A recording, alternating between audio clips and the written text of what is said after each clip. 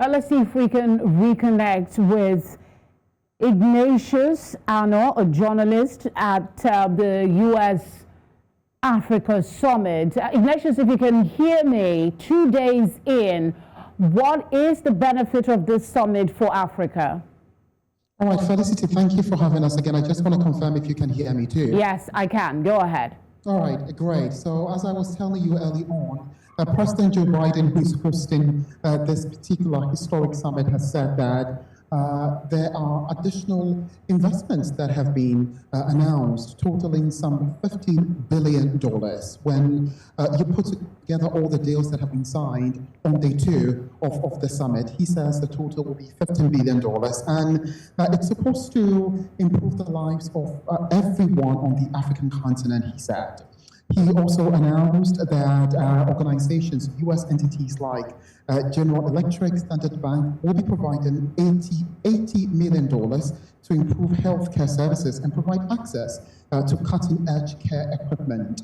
That's on the health front. On the agriculture front as well, there have been some deals that have been signed between partners in Africa and the United States.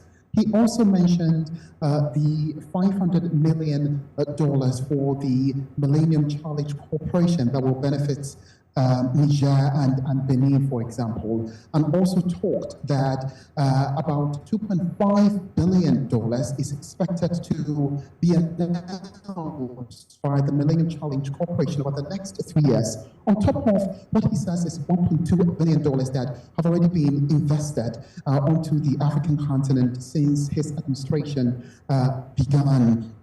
There are other deals that he also mentioned, and I just want to bring you up to speed with that. He also talked about a deal with Microsoft and Visa to bring internet access to 5 million Africans. That's as part of Microsoft's commitment to bring access to 100 million people across Africa by the end of the year 2025. So from security, from clean energy or the just energy transition, and providing clean drinking water, as well as access to good roads for the African continent. These are the kind of benefits that are coming to people on the continent just day 2 of the second U.S.-Africa Leaders Forum here. It all sounds very good, but I mean, why did it take so long? The last time this kind of summit was held was during the Obama administration.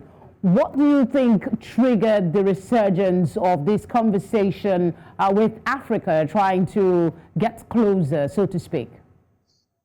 I have to say that in the lead up to the conference, there were several press briefings that were held virtually by top government officials. And that's a critical question that journalists brought up. And I remember one of the officials regretted that it's been quite a while since, you know, the summit has been held, since it was first held in 2014 under the former President Barack Obama. They want to institutionalize this summit and make it a top priority. Reasons why an announcement of a special representative has been made that will ensure that the ideas that come up from this summit will be implemented and not just die on the shelves. The U.S. government has said that what they are looking to do is to deepen partnership with the African continent.